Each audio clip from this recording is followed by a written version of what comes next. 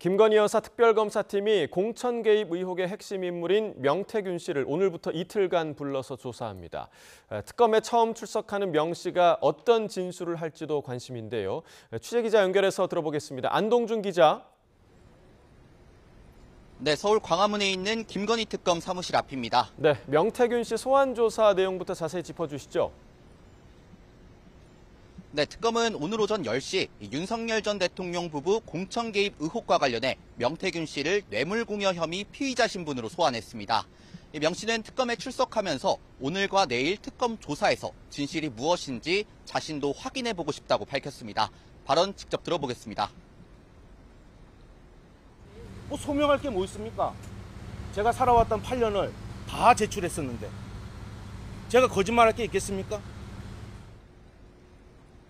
정치 브로커로 알려진 명 씨는 공천 개입 의혹의 핵심 인물로 거론되는데요.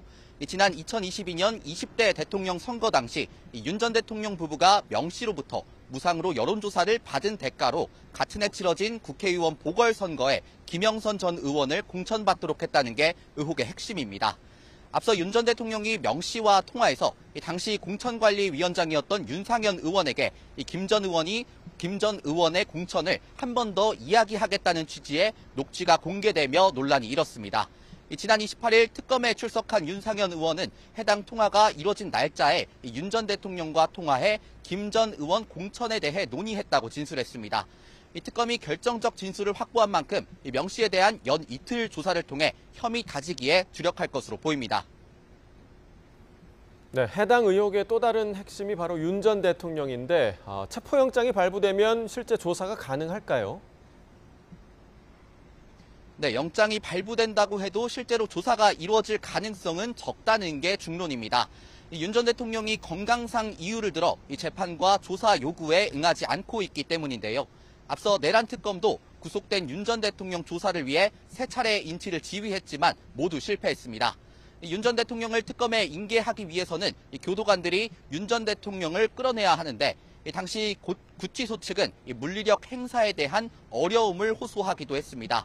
김건희 특검은 법원이 체포영장을 발부하면 직접 구치소에 특검보와 수사관 등 인력을 보내 강제력을 동원해서라도 영장을 집행할 수 있다는 의지를 피력했는데요. 다만 소환 조사가 불발된다면 내란 특검의 경우처럼 대면 조사 없이 바로 윤 전 대통령을 기소할 가능성도 점쳐집니다. 네, 특검의 다른 수사 상황도 짚어주시죠. 네, 김건희 오빠 김진우 씨가 오늘 오전 포렌식 조사 참석을 위해 특검에 출석했습니다. 김 씨가 대표로 있는 ESIND는 양평 공흥지구 아파트 개발 과정에서 특혜를 받았다는 의혹을 받는데요. 김 씨 장모 자택 압수수색에서 김 여사가 나토 순방 당시 착용한 것과 같은 모델의 목걸이가 발견되기도 했습니다.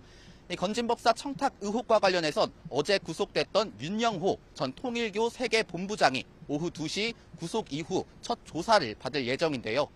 특검이 윤 전 본부장 신병을 확보하면서 수사도 급물살을 탈 것으로 보입니다. 이제 청탁이 교단 차원에서 조직적으로 이루어졌는지 확인하기 위해 한학자, 통일교 총재와 최측근인 정모 씨 등 이 수사가 윗선으로 향할 전망입니다. 지금까지 김건희 특검 사무실 앞에서 YTN 안동준입니다.